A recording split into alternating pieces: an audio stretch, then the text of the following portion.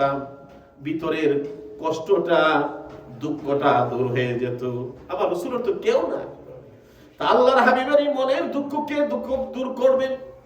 আল্লাহ বললেন, বন্ধু আপনার মাকে আমি নিয়ে গেলাম, আপনার বাবাকে আমার কাছে নিয়ে আসলাম, আমি আল্লাহ রাব্বুল আলামিন আপনার দায়িত্ব নিলাম, আপনার মনের কথাগুলো আমি আল্লাহ বুঝবো, আমি মনের কষ্টগুলো আমি আল্লাহ দূর করে দিব।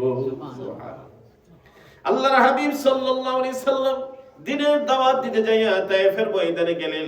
তায়েফের যুবকগুলোকে কাফেররা নিয়ে দিলেন, আল্লাহর হাবিবের উপরে পাথর মেরে মেরে রক্তাক্ত করে দিল। রাসূল বারবার রক্তের মধ্যে পড়ে যেতেন, আবার উঠতেন, আবার পড়ে যেতেন। এইভাবে আল্লাহর হাবিব শরীর মুবারক থেকে রক্ত ঝরলো। তায়েফের জমিনে এই আযাব আল্লাহ পাক দেখলেন, জিবরাইল আমিনকে পাঠাইলেন, আমার বন্ধুর সাথে যারা এই আচরণ করেছে, যান গিয়া পারমিশন চান, যদি আমার বন্ধু যদি বলে আমি তায়েফবাসীকে চিরদিনের জন্য লুত সাগরের মতো আমি পৃথিবীর মধ্যে করে দেব, গ্যাসির মতো করে দেবে, পৃথিবীতে তাদের নাম পর্যন্ত রাখবো না। রাসূল বললেন, আল্লাহ যাদের কাছে পাঠাইছে আমি কাদের কাছে দিনের দাওয়াত দেব? আল্লাহর হাবিব সেখান থেকে চলে আসলেন। কিছুদিন আগে মেরাজে যাওয়ার আগে রাসূলের প্রাণ প্রিয় স্ত্রী খাদিজাতুল কুবরা, যাকে আল্লাহ পাক নিজে সালাম দিয়েছে, সেই কাবার কিনারায় যিনি শুয়ে আছেন, একটু সামনে গেলে 5-10 মিনিট হাইটা গেলে মসজিদের যে দিকে আছে, আর একটু সামনে গেলেই খাদিজাতুল কুবরা যেখানে শুয়ে আছে কবরস্থান আজও সেখানে আছে রাসূল। যতদিন মক্কায় ছিলেন প্রত্যেকদিন প্রায় সময় রাসূল ফজর নামাজ পড়ে খাদিজাতুল কুবরার কবরের পাশে চলে যাইতেন, যাইয়া খাদিজার জন্য আল্লাহর কাছে দোয়া করতেন। সেই খাদিজা ইন্তেকাল করলেন। এদিক দিয়ে তায়েফবাসীর অত্যাচার, দ্বিতীয় হলো প্রাণের স্ত্রী খাদিজাতুল কুবরা ইন্তেকাল। এই দুইটা কষ্ট রাসূলের কলিজার মধ্যে জমা হয়ে গেল। এই কষ্টগুলো কি দিয়ে দূর করবেন? এই মুহূর্তে আল্লাহ রাব্বুল আলামিন আল্লাহর দরবারে ডাক পড়ে গেল। জিবরিল আমিনকে পাঠাইলেন, জিবরিল আমিন তুমি যাও, আমার বন্ধুরে যাই আমার সান্নিধ্যে নিয়ে আছো, আমি কিছুদিন আমার বন্ধুর কাছে কিছু কথা বলি, আমার বন্ধুর পাশে মনের আগামী দিনের প্ল্যানটা আমি করায় দেই। আমি যারা কষ্ট করবে রাসূলের উম্মতরা, যাদের ব্যাপারে রাসূল দাওয়াত দিবে, দিনের কথা বলবে, জান্নাত জাহান্নাম আমি যে বানাইলাম আমার বন্ধুর একটু দেখাই দেই, আমার বন্ধু যেন যাইয়া যাইয়া জাহান্নামের কথাগুলো তার উম্মতকে বলতে পারে, জাহান্নামের কথাগুলো বলতে পারে, জান্নাতের নিয়ামতের কথাগুলো যেন বলতে পারে। আল্লাহর হাবিব রাসূল আপনি তো সারে, আপনি তো নবী, আপনি জান্নাত জাহান্নাম ঘুরে ঘুরে আপনি দেখে যান। এইজন্য আল্লাহর হাবিবকে আল্লাহ পাকের নেওয়ার জন্য ডাক পড়ে গেল। জিবরাইল আমিন এসে বুরাক নিয়ে রাসূলের কদমের কাছে হাজির। ইয়া রাসূলুল্লাহ আপনাকে আল্লাহর কাছে চলে যেতে হবে। আল্লাহর হাবিব সাল্লাল্লাহু আলাইহি সাল্লাম আবার আল্লাহর সান্নিধ্যে যাবেন, বুরাকে উঠলেন। অনেক কথা তো মেরাজে আল্লাহ রাব্বুল আলামিনের হাবিব বুরাকে চললেন। চলে যখন বুরাক রওনা হলো, কোরআনুল কারীমে আল্লাহ পাক রব্বুল আলামিন এই আয়াতে বলে দিলেন, আল্লাযী বারাকনা হাওলাহু। রাসূল যখন ভ্রমণ শুরু করলেন, যেখান থেকে শুরু করলেন সেখান থেকে ধরে আল্লাহ রাব্বুল আলামিনের সান্নিধ্য পর্যন্ত চতুর্দিকে আল্লাহ রাব্বুল আলামিন এই সফরকে আল্লাহ বরকতময় করে দিলেন, বরকতময় করে দিল। এই বরকত বাইতুল্লাহ থেকে ধরে ফিলিস্তিন পর্যন্ত চলে গেল। এই ফিলিস্তিনের আশেপাশের এলাকাটা রাসূলের মেরাজের কারণে, আল্লাহর হাবিব যাওয়ার কারণে আল্লাহ বললেন এই জায়গাকে আমি বরকতময় করে দিলাম। তার আগে ঈসা নবী, কত নবী ওখানে আসলেন, শত শত নবীরা আসলেন।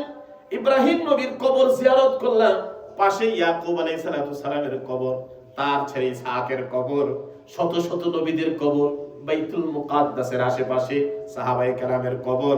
এতদিন পর্যন্ত আল্লাহ বলেন নাই, যখন এই বন্ধু রাসূল যখন যাইয়া বাইতুল মুকাদ্দাসে কদম রাখলেন, আল্লাহ কোরআনের আয়াত নাযিল করে দিলেন, আল্লাযী বারাকনা হাওলাহু।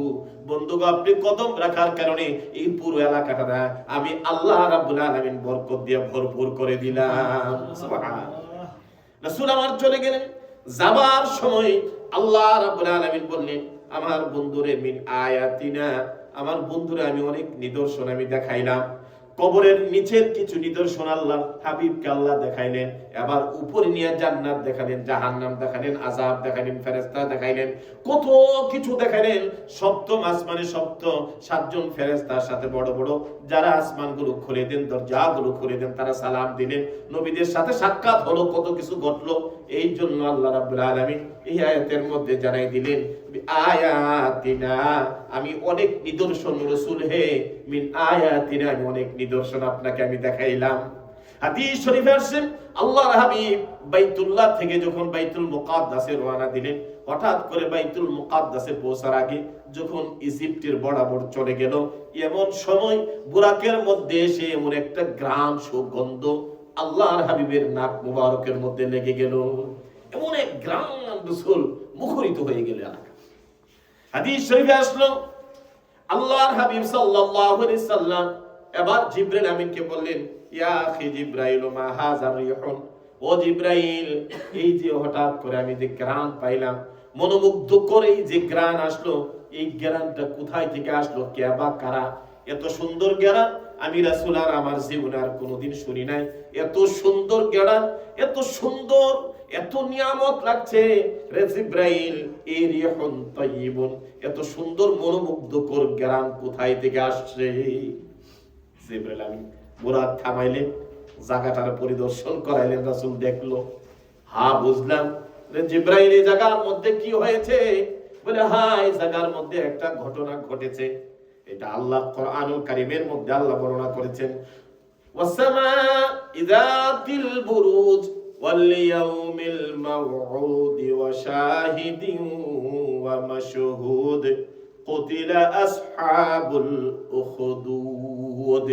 এই সূরার মধ্যে তাফসীর ইবনে কাসির, মাজহারি, ইবনে জারীরের মধ্যে এসেছে, আল্লাহর হাবিব সাল্লাল্লাহু আলাইহি সাল্লাম মেরাজ রজনীতে যাবার সময় যখন এই জ্ঞান পাইলেন, এই জ্ঞানের ব্যাপারে যখন জিজ্ঞাসা করলেন, তখন জিবরাইল আমিন এটা ছিলেন, করলেন, এটা বললেন, বন্ধু রাসূল হে, এই জায়গার মধ্যে হযরত মূসা আলাইহিস সালাতুস সালামের সময় যে ফেরাউন ছিল, অথবা এই ফেরাউনের নাম, কারণ তদানীন্তনকালে অনেক ফেরাউনই ছিল, সবচেয়ে বড় ফেরাউন ছিল মূসার সময় যে ফেরাউন।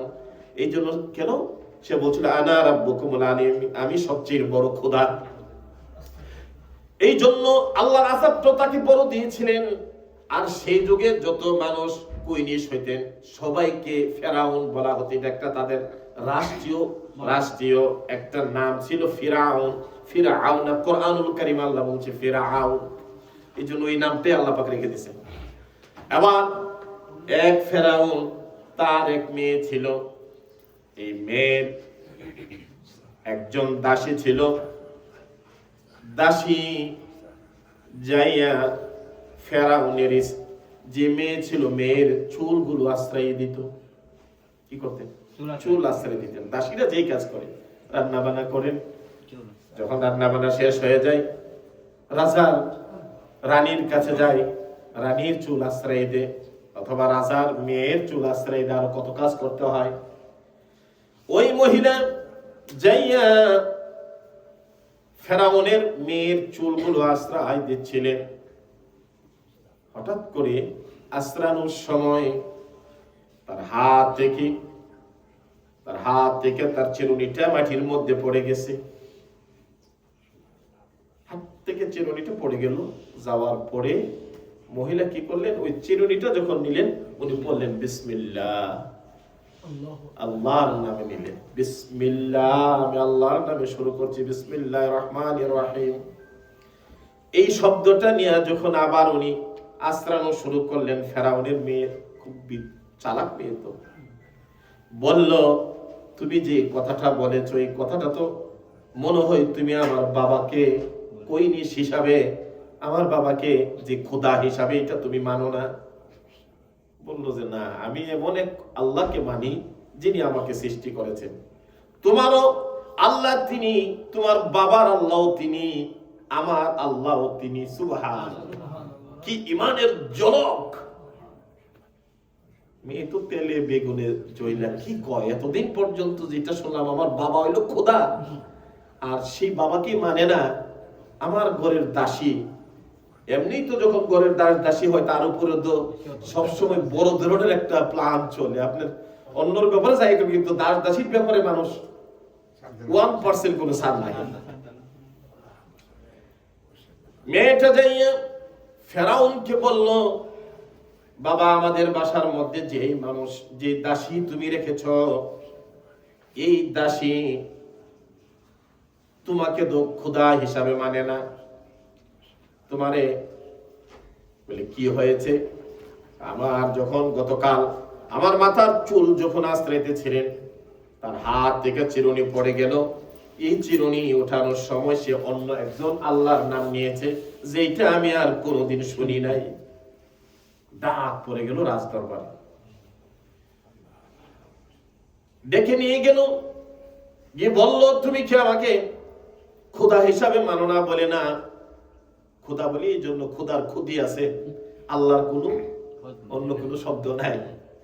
রব, এই জন্য কোরআনুল কারীমে আল্লাহর শব্দটা যখন পরিচয় দিয়েছেন, আল্লাহ দিয়েছেন, রব দিয়েছেন, আলহামদুলিল্লাহি রাব্বিল আলামিন। আর খোদা খুদি থাকে, খোদার অর্থ আরেকজন কেউ, এটা স্ত্রীলিঙ্গ থাকে।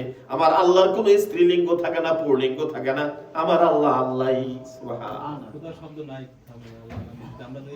এই জন্য তারা যেটা খোদা বুঝতো অথবা তারা যেটা মালিক বুঝতো, তার সৃষ্টিকর্তা, তার হায়াত দাতা, তার সবকিছু যেইভাবে তারা মেনে নিত, এইভাবে যখন ডেকে নিল, সে বলল, রাজ্যের সবাই আমাকে খোদা ডাকে, রাজ্যের সবাই আমাকে প্রভু ডাকে, তুই ডাকস না, ব্যাপার কি? তুই আমার ঘরের দাসী। বলল, না, আপনার প্রতি আমি এটা আনি না, আপনার দাসী ঠিক আছে, কিন্তু আমি একজনের উপর ঈমান এনেছি, যে কিনা আমাকে সৃষ্টি করেছে, যে কিনা আমাকে লালন পালন করে, যে কিনা আমাকে সবকিছু দান করে। সুবহানাল্লাহ। বলে, আমার বাসায় খাও, আমার বাসার মধ্যে সবকিছু করো, আবার আমি লালন পালন করি, আবার তোমারে আবার অন্য কে করে? বলে, হ্যাঁ, এই লালন পালনের মধ্যে একটা পার্থক্য আছে, যেন বোঝার মধ্যে কি আছে? পার্থক্য আছে। যেন ইব্রাহিম আলাইহিস সালামের যে নমরুদ ছিল, নমরুদ যখন বলল যে আল্লাহ এক, তিনি বাঁচান এবং মারেন, তখন সে রাজ দরবার থেকে কি যেন ঘোষণা করলো যে আমিও মারতে পারি, আমিও বাঁচাইতে পারি। তো সে কি করলো, যে জেলখানা থেকে একজনকে ছেড়ে দিল, বললো তাকে মুক্ত করে দিলাম সারা জিন্দেগি, আর আরেকজনকে আইনে সেরা হত্যা করে ফেলল। তো তারা ওই ধরনেরই বাঁচা মরণ বুঝতো। এর মধ্যে যে আরেকটা অর্থ আছে, এইটা সঠিকভাবে, যিনি আল্লাহ আমার সবকিছু, যিনি আমাকে লালন পালন করেন, যিনি আমাকে বাঁচান, যিনি আমাকে সবকিছু করেন, এইটা তারা জানতো না।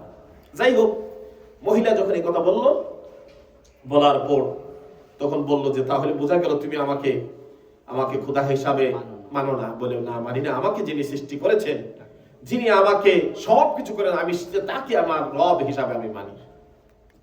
তো বাদশা মানুষ, যেমন কথা তেমন তার কার্যক্রম। অর্ডার করলো, জল্লাদকে রেডি করলো, তাড়াতাড়ি এই মেয়েকে আমরা দুনিয়া থেকে বিদায় করে দেব।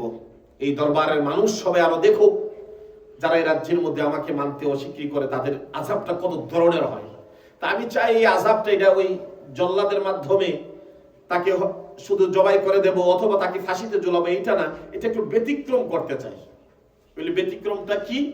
যে সবাই আমার রাজদরবারের একটু দূরে যাইয়া তোমরা সেখানে গর্ত করো, এবং গর্তগুলো করে সেখানে শুকনো লাকড়ি দিয়ে প্রচন্ড আগুনের প্রশিকা লীলাখান জ্বালাও। সেখানে এক এক করে তার যত ছেলে মেয়ে আছে, তার যত সন্তানগুলো আছে, আমরা সন্তানগুলোকে কে সেখানে আমরা জীবন্ত অবস্থায় আমরা নিক্ষেপ করব। শেষ পর্যন্ত তাকে আমরা নিক্ষেপ করব। যতক্ষণ পর্যন্ত না মানবে ততক্ষণ পর্যন্ত চিরদিনের জন্য বিদায় করে দেব। রাজার যেমন কথা তেমন ব্যবহার, তেমন কাম। গর্ত করা হয়ে গেল এবং গর্তের মধ্যে প্রচন্ড আগুন জ্বালিয়ে দেওয়া হলো। আগুন জ্বালানো যখন শেষ হয়ে গেল, মহিলাকে নিয়ে গেল, তার সন্তানগুলো, তাফসীরে এসেছে আরো কয়েকটা সন্তান তার ছিল।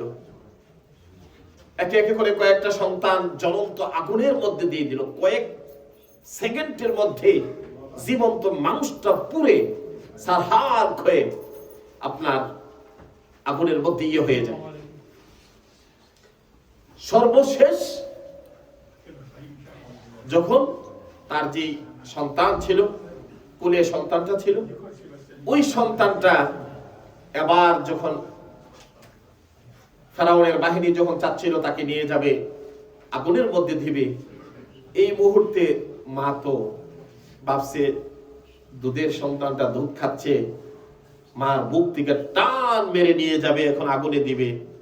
রাজা বলছে এখনো সময় আছে, তোকে যদি তুমি আমার প্রতি আমাকে যদি খোদা হিসাবে মানো, তাহলে আগুন থেকে তোমার সন্তানগুলোকে যেভাবে পুরাই দিয়েছে সেখান থেকে তোমাকে বাঁচাবে, তোমার এই সন্তানও বাঁচবে। মার মনটা একটু কেমন যে হয়ে গিয়েছিল, একটু চিন্তা করা শুরু করলো। এমন সময় ওই যে কোলের সন্তানটা মার দিকে তাকাইলেন, মার দিকে তাকায়া মার সাথে আবার কথা বলা শুরু করলেন। সুবহানাল্লাহ। মা এই যে জাহান্নামের আগুন সে সাজাইলো, যে আগুনের কুণ্ডল করেছে গো মা, এখানে যদি তুমি আমাকে নিয়ে ঝাঁপ দাও, আমরা কয়েক মুহূর্তে আমরা পুরে সারহার হয়ে যাব। কিন্তু আমরা আল্লাহর প্রতি ঈমান আনার পরে আল্লাহ রাব্বুল আলামিন আমাদের জন্য যে নিয়ামত জান্নাত রেখেছে, এই জান্নাত আমাদেরকে দান করবে। সুবহানাল্লাহ। ছোট্ট বাচ্চার মুখে এই কথা যখন শুনল, এমন সময় মার কলিজার মধ্যে একটা আল্লাহর প্রতি ঈমানের প্রশিক্ষা আরো যেন বেড়ে গেল। এমন সময় ফেরাউনকে বলল, আমার সন্তানগুলো তুমি একে একে পুড়াইয়ে দিয়েছো, এমন ভাবে যদি আমাকে যদি আমার কলিজার টুকরা সন্তানকেও যদি আগুনের মধ্যে ফেলে দাও, তারপর আমি যে আল্লাহর প্রতি ঈমান এনেছি তিল পরিমাণ সেখান থেকে আমার ঈমানকে তুমি দূর করতে পারবে না। সুবহানাল্লাহ। এই কথা যখন বললেন, আর ফেরাউনের বাহিনী দেরি করলো না, না করে ওই আগুনের মধ্যে মেয়েটাকে এবং তার কলিজার টুকরা সন্তানটাকে ধরে ফেরাউনের বাহিনী এই জ্বলন্ত আগুনের মধ্যে ফেলে দিল। নাউজুবিল্লাহ। আগুনের মধ্যে পড়ে গেল। আর এই দরবারের মধ্যে দূর দূরান্ত থেকে যারা এই কাফের বাহিনী এই অবস্থাগুলো দেখতেছিলেন, আল্লাহ রাব্বুল আলামিন সূরা বুরুজের মধ্যে বললেন, কুতিলা আসহাবুল উখদুদ, অভিশাপ ওই গর্তের মালিকদের উপর, যারা গর্ত করে করে এই ঈমানদার লোকগুলোকে কি জন্য আগুনে দিয়েছিলেন। আল্লাহ বললেন, ইন্নাল্লাযীনা ফাতানুল মুমিনিনা ওয়াল মুমিনাত, আমার বান্দাগুলোর কোনো অপরাধ ছিল না, এই মুমিন মুমিনাতের কোনো তাদের দোষ ছিল না। দোষটা আল্লাহ কোরআনুল কারীমের মধ্যে বর্ণনা করে দিলেন, ইন্নাল্লাযীনা আমানু, তাদের দোষ ছিল একমাত্র তারা আল্লাহর প্রতি ঈমান এনেছিল, আল্লাহর প্রতি বিশ্বাস স্থাপন করেছিল। আর এই বিশ্বাস করার কারণে ফেরাউন বাহিনী এই ছোট ছোট শিশুগুলো এবং মাকে সহকারে আগুনের মধ্যে ফেলে দিল। ফেলে দেওয়ার কারণে তারা আগুনের মধ্যে আনন্দ করছিল, ফেরাউন বাহিনী চতুর্দিকে আনন্দ করছে। আর যে মানুষগুলো যে পুরাচ্ছে, এই পুরানোটা তারা বড় উপভোগ করতেছিল। আল্লাহর কুদরত বোঝা যায় না। আন্নারি যাতিল ওয়াকুদ, যখন আগুন দিয়ে যখন ভরপুর করে দিয়েছিল, এমন সময় আগুনগুলো হঠাৎ করে চতুর্দিকে ছড়ানো শুরু করলো এবং কয়েক সেকেন্ডের মধ্যে এই যে গর্ত যারা করে যারা আনন্দ উল্লাস করতেছিল, আল্লাহর আযাব তাদেরকে ধরে ফেললেন। চতুর্দিকে যারা দেখতেছিল, উল্লাস করতেছিল, আগুনের গর্তের মধ্যে আর থাকলো না। আল্লাহর আযাবের আগুন তাদের এই অট্টহাসির কারণে আল্লাহর আযাবের আগুনটা চতুর্দিকে ছড়াইয়া পড়লো। এইভাবে শত শত মানুষকে আগুনে গ্রাস করে ফেললো। এই জন্য আল্লাহ বলছেন, কুতিলা আসহাবুল উখদুদ, ওই গর্তওয়ালা যারা গর্ত করে করে যারা আগুন দিয়েছিল তাদের উপর অভিশাপ, অর্থাৎ ওই আগুন চতুর্দিকে ছড়াইয়া পড়েছিল, তাদেরকে ধরে ফেলেছিল। একমাত্র যে কুইনিস ছিল, বাদশা ছিল, সে কোন রকম ভাবে দৌড়াইতে দৌড়াইতে অনেক দূরে চলে গেল। দৌড়াইতে দৌড়াইতে যাইয়া সামনে একটা নদী পড়লো, ওই নদীর মধ্যে জাপায়ার মধ্যে পড়ে গেলেন। আর ওই নদীতে আল্লাহ তার মৃত্যুর সমাধি ঘটাইয়া দেন।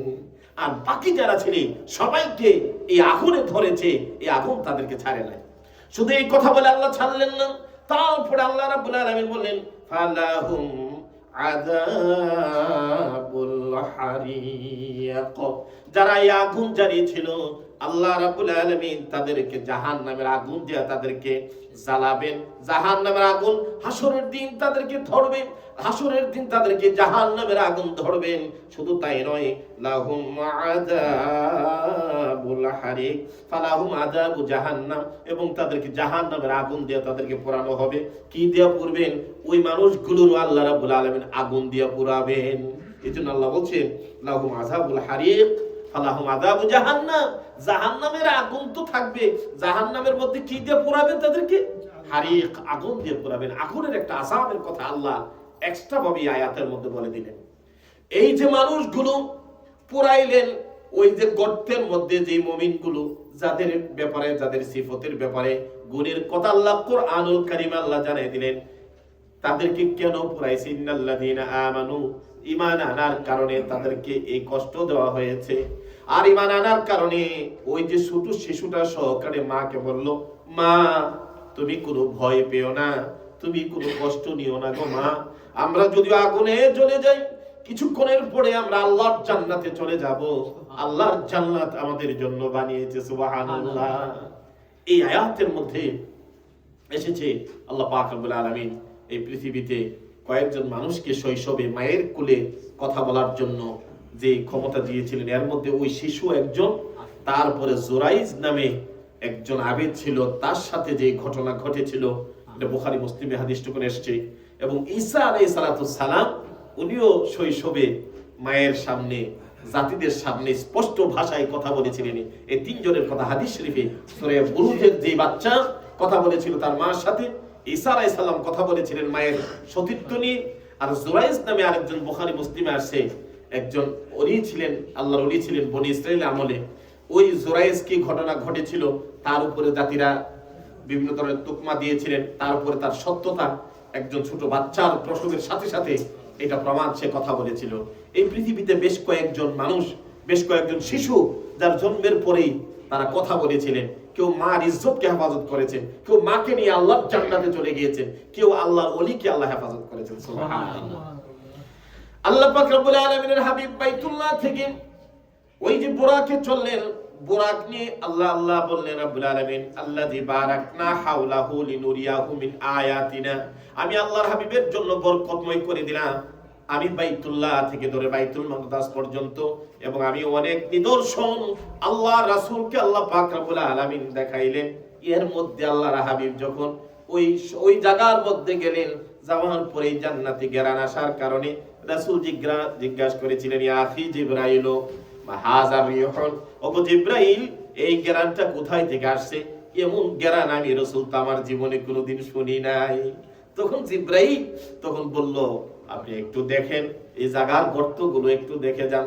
আল্লাহর হাবিব সেখানে দেখলেন, গর্তগুলো দেখলেন, কি হয়েছে এখান থেকে এত ঘেরান আসার কারণ কি? বলে, হ্যাঁ এই জায়গার মধ্যে আল্লাহ কিছু বান্দারা, ছোট ছোট শিশু বাচ্চারা যারা আল্লাহর প্রতি ঈমান এনেছিলেন, ঈমান আনার কারণে এই ঈমানদার মানুষগুলোকে তদানীন্তনকালের ফেরাউন তাকে জ্বলন্ত আগুন দিয়ে পুড়াইয়া দিয়েছিল। এই জন্য আজকে ওই কবর থেকে আজও জান্নাতি ঘেরান আসে। সুবহানাল্লাহ। ডক্টর আব্দুল্লাহ জাহাঙ্গীর তার খুতবাতে দেখলাম এই কথাগুলো নিয়ে আসছে। আমার ভাইরা, এই জন্য আল্লাহ রাব্বুল আলামিন আল্লাহর হাবিবকে, আল্লাহ রাব্বুল আলামিন যখন এই মেরাজে যাচ্ছিলেন, অনেক নিদর্শন, কবরের নিচের নিদর্শন, উপরের জান্নাত জাহান্নামের নিদর্শন, সাত আসমানে যা কিছু দেখিয়েছেন আল্লাহ রাব্বুল আলামিন আল্লাহর হাবিবকে। এই জন্য আল্লাহ রাব্বুল আলামিন কোরআনুল কারীমে বলেছেন, মিন আয়াতিনা, বন্ধু হে আমার, আমি আপনাকে নিচে উপরে অনেক নিদর্শন আপনাকে আমি দেখিয়েছি। এর মধ্যে একটা নিদর্শন হলো আল্লাহর হাবিব এই জ্ঞান পাইছিলেন। এই জ্ঞানওয়ালা কারা ছিল? তার আসহাবে উখদুদ, তারা ছিল যাদেরকে এক ফেরাউন নামক ব্যক্তি, যে কিনা আগুনের মধ্যে গর্ত করে ঈমান আনার কারণে তাদেরকে জ্বালিয়ে দিয়েছিল, সেখান থেকে আজও জান্নাতি জ্ঞান যেন আসতে থাকে। এই হাদিস প্রমাণ করে আপনি যদি মুমিন হন, আপনি যদি মুত্তাকি হন, আপনার কবর থেকে অনেক সময় আল্লাহ পাক রাউতু মিন রিয়াদিল জান্নাহ, মুমিনের কবর আল্লাহ বেহেশতের বাগান বানায় দেন, বেহেশত থেকে জান্নাতি গ্রানে আসতে থাকে। সুবহানাল্লাহ। এইজন্য আমার ভাইরা, আল্লাহ পাক রব্বুল আলামিন আল্লাহর হাবিবকে বাইতুল্লাহ থেকে বাইতুল মাকদাস নেওয়ার পথে এই ঘটনা ঘটলো এবং উনি চলে গিয়েছিলেন সেই বেতেলহামে, ঈসা নবী যেখানে জন্মগ্রহণ করেছেন সেই জায়গা দেখলেন। সেখান থেকে রাসূল গেলেন বাইতুল মুকাদ্দাসে। বাইতুল মাকদাসে গেলে, যদি আপনাদের যারা জার্মান পাসপোর্ট আছে, গেলে মেরাজের একেবারে খুদে খুদে হাদিস শরীফের মধ্যে 40 জন সাহাবী এই মেরাজের ঘটনা আলোচনা করেছে বুখারী মুসলিমের মধ্যে। এজন্য বাইতুল্লাহ থেকে বাইতুল মাকদাস পর্যন্ত কোরআন দিয়ে সাহাবী, সেখান থেকে বাইতুল মুকাদ্দাস থেকে সিদরাতুল মুনতাহা হয়ে আল্লাহ পর্যন্ত আরো এইগুলো হাদিস দিয়ে সাবিত করেছেন এবং মুতাওয়াতির হাদিস বুখারী, মুসলিম, আবু দাউদ, তিরমিজি সমস্ত অধ্যায়ের মধ্যে এই সাহাবীদের কথাগুলো এসেছে। এজন্য আল্লাহ পাক রব্বুল আলামিন এই ঘটনাকে কেউ স্বপ্ন যুগে বলছেন রাসূলের, এই যে রাসূল পাক সাল্লাল্লাহু আলাইহি সাল্লামের যে মিরাজ, অনেকে কয় স্বপ্ন যুগে হয়েছে। স্বপ্ন যুগে যে হয়েছে তাদের কথাটা কর্তন করার জন্য কোরআনুল কারিমে আল্লাহ পাক রব্বুল আলামিন এই জন্য বিআবদিহি শব্দটা ব্যবহার করেছেন। বিআবদুন, আব্দুন হলো আল্লাহর বান্দা, বিআবদিহি এই হির মুরাদ হলো নবী মুহাম্মাদুর রাসূলুল্লাহ। অর্থাৎ আব্দুন বলা হয় যে আব্দের মধ্যে রূহ থাকে, চক্ষু থাকে, হাত থাকে, পা থাকে, তাকে আরবিতে আব্দুল বলা হয়। আব্দুল্লাহ আল্লাহর বান্দা, এই জন্য আব্দুল্লাহ বলা হয়। তো এখানে যদি আব্দুল্লাহর কথা যদি না আসতো, আব্দিহি না আসতো, তাহলে আল্লাহ এখানে ইসরা শব্দের পরে, আসরা শব্দের পরে আল্লাহ ওই লাইলান শব্দের আগে আল্লাহ এখানে স্বপ্নের কথাটা বলে দিতেন। তো যেহেতু রাসূলকে সরাসরি বিআবদিহি, বন্ধু হে আমার আপনাকে, যার মধ্যে রূহ আছে, চক্ষু আছে, হাত আছে, পা আছে, সেই রাসূলকেই আমি ইসরা করিয়েছি, ভ্রমণ করিয়েছি বাইতুল্লাহ থেকে বাইতুল মাকদাস, বাইতুল মাকদাস হয়ে আল্লাহর দিদার সিদরাতুল মুনতাহা হয়ে। এই জন্য এই বাইতুল মুকাদ্দাস এবং এই মেরাজের ঘটনাকে আলোচনা করে অন্য আয়াত আল্লাহ বলছেন, ওমা জাআলনার রুইয়াল্লাতী আরাইনাকা ইল্লা ফিতনাতাল লিন্নাস। বন্ধু, আপনার এই মেরাজকে নিয়ে কিছু মানুষের ঈমান বেড়ে যাবে আর কিছু মানুষ মুনাফিক হয়ে যাবে। এটা কেউ মেরাজের স্বপ্ন যুগে বলবে, এটা কেউ মন গড়া কিছু কথা বলবে, আপনার এই ঘটনাটা সহজে মানতে পারবে না। মুনাফিকি আলামত যারা আছে তারা ওই আবু জেহেলের কথাটার দিকে নিবে। যখন রাসূল সাল্লাল্লাহু আলাইহি ওয়াসাল্লাম মেরাজ করে বাইতুল্লাহতে আসলেন, সর্বপ্রথম